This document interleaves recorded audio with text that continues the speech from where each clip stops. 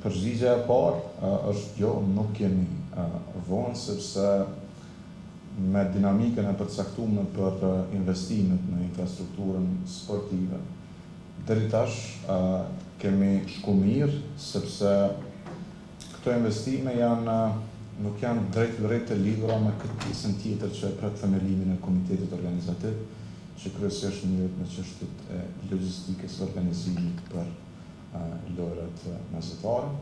Fakti i dytë, i mirë, pozitiv, është një pjesë e investimeve në infrastrukturë sportive kanë qenë veç të planifikuara ose në realizim, edhe në kohën kur nuk e kishim marrë ende të drejtën për organizimin e lojrave.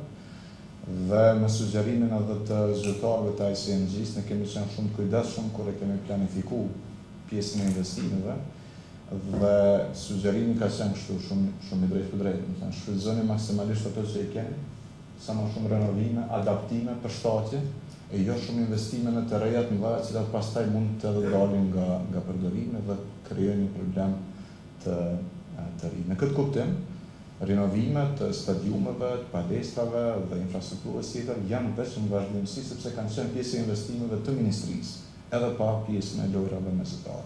E tashmë pjesë e këtyre planifikimeve janë bërë pjesë e bidding book, si pjesë aty në zotimeve tona për ta përgatitur infrastrukturën.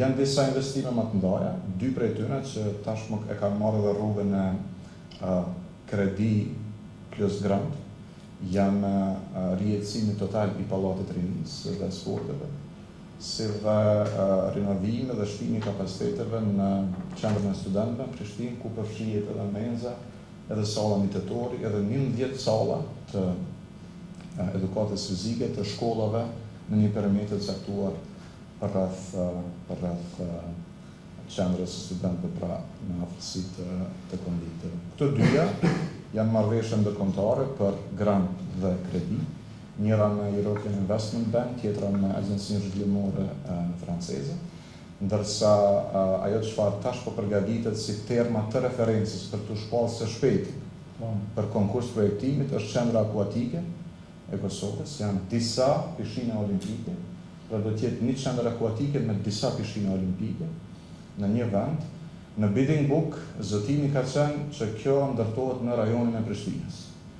Dhe tashmë nga ministria jonë ju shkon kërkesa komunave të rajonit Prishtinës për të na ofruar të paktën 2 ose 3 lokacione të mundshme që i përgjigjen specifikacioneve të qendrës akuatike, në mënyrë që ta kemi edhe lokacionin, ta përzgjedhim edhe lokacionin dhe pastaj shpahet edhe konkursi për projektimin e qendrës akuatike.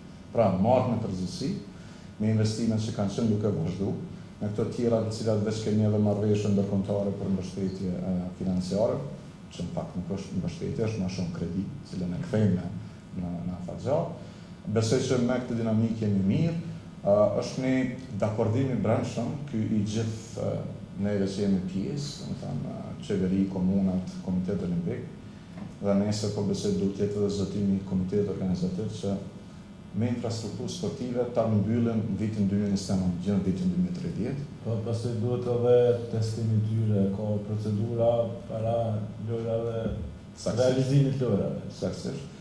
E në këtë kuptim, nëse kjo dinamik eventualisht ndërpritet diku ose ka vonesa, atëherë mund ta rrezikojmë po vitin 2029. Dhe prej tash unë jam optimist që 2030 ne kemi. A ka rrezik për të humbur të drejtë, për ta humbur të drejtën e organizimit, pra në opinion, duke i pa edhe herës për plaset, me shumë thojza që kanë qenë nivel lokal, nivel qendror, pasi është një kërshëtim i bashkëpunimit për realizimin, që nga koha e aplikimit dhe tutje në realizim. A rrezikon Kosova që ta humbet këtë shans që përtej organizimit sjell edhe një freskim të infrastrukturës sportive, që natyrisht me kalimin e viteve është amortizuar dhe nuk e ka atë themi freskinë që jo vetëm sportistët, por edhe ata që shkojnë me këshyr sport nuk shkojnë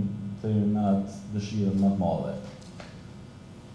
Unë mund të konfirmoj që lojrat mesjetare paraqet një moment krenarie për gjithë ne, sepse me gjithë këta edhe të themi kampeve të kundërta politike, ne kemi edhe komunikim të drejt, edhe momentet e tjera dhe askush nga ta nuk e shekte si diçka që është për ta prish, po përkundrazi, secili e sheh si pjesë të një ndjenje të përgjithshme të krenarisë. Në këtë pikë jemi gjithë bashkë.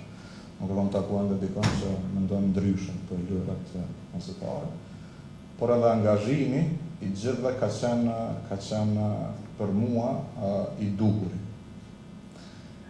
Në një pjesë të një diskutimi publik, ballafaqimi politik, i cili megjithatë është zhvilluar në kornizat normale, si nuk besoj që ka pas te kalimi, nuk ka kërfar ndikimi në dinamikën e brendshme. Na tash kemi një moment teknik dhe ligjor, i cili është gjykata kushtetuese. Mirë po, edhe kjo çështje dërguar në gjykatë kushtetuese nuk i ka ataku lojrat. Sepse në gjykatë kushtetuese sot shqyrtohet ligjshmëria dhe kushtetutshmëria e seancës së dhjetorit vitit kaluar, kundër cilat është miratuar dhe ligji për lojrat mesjetare. Pra, edhe ata që e kanë dërgu, nuk e kanë të i targetuj lojrat. Do të thonë, këto e dimë dhe jemi zgjedhishëm për të brenda seancës. Nganjëherë ka deklarime pak të pamatëra, duhet me pranuar, sidomos nga eksponent politik, që mbase pavetdijshëm në këtë betejën e brendshme çojnë sinjalet të gabueshme atje në SMZ, edhe krijojnë këtë përshtypje për hir të një farë beteje të brendshme, mirë po ne edhe komunikimin me SMZ ne kemi të rregullt. Edhe sfidat u prezantojnë aty. Pak i kemi pa edhe sfidat e vendeve të tjera, nuk po du tash më thënë jemi ka edhe maket senanse. Në këtë gjë mirë po, dini që fjalëshet të tilla kanë gjithmonë në shtetet organizatore. Në këtë kuptim, unë jam shumë i bindur që këtu kundërshtar brenda nuk kemi të kësaj pune, tu gjithë jemi bashkë, e momenti është bllokimit të ligjit është edhe momenti i themelimit të komitetit organizativ. Për atë momenti besoj që edhe shumë tema kanë më teknikalizuar deri në pikën se s'ka më pas fort hapësirë për më bë politikë në këtë çështje. Edhe një pikë para se të kalojë zoti Miftari, me këto teknikalitete që do kanë shkaktuar një vonesë. Do thotë, nëse se kanë dalë, kanë ngadalësu ritmin, a rrezikon që edhe buxheti i planifikuar të mos jetë pastaj i mjaftueshëm për realizimin e krejt projektit, pasi ndryshe kushton një projekt me u realizu për 5 vite, ndryshe kushton një projekt me u realizu për 4 vite. Dinamika përcakton edhe koston. Sa më shpejt, është edhe pak më shpejt. Se vlen kohën të lëkun. Në mënyrë figurative. Po, qartë. Thënë drejtën nuk kom përgjigje të saktë për këtë pyetje, duhet më po. Janë 253 milion të zotuara, kështu ajo shifra që dihet. Zotimi është bërë mbi këtë projekcion, sepse në bidding book është kërkuar edhe një projekcion, po projekcioni është projekcion. Natyrisht. Mund të rrit, mund të zvogëlu, varësisht nga po shteti është zotu me letër garancie nga qeveria, nga gjithë që do t'i mbuloj kostet. Mbi këtë projekcion, po dhe mbi mundësinë që këtë rritet edhe rrugës. Unë besoj që nëse themelimi i komitetit organizativ ka lënë në vitin 2026, mund pak me hyrë në telashe, të cilat më na kushtu mundej më shumë kuptimin e financave. Unë shpresoj shumë sepse është bërë një kohë tash, mbi 6 muaj, që gjykata kushtetuese duhet na kthejë përgjigje për atë lëndë, dhe shpresoj që do ta kemi shumë shpejt atë përgjigje dhe ta kemi komitetin themeluar si vjet, në që të nisim përgatitjet për çështje organizative dhe teknike, të cilat do t'i barthin komiteti dhe komuna, sepse themeluese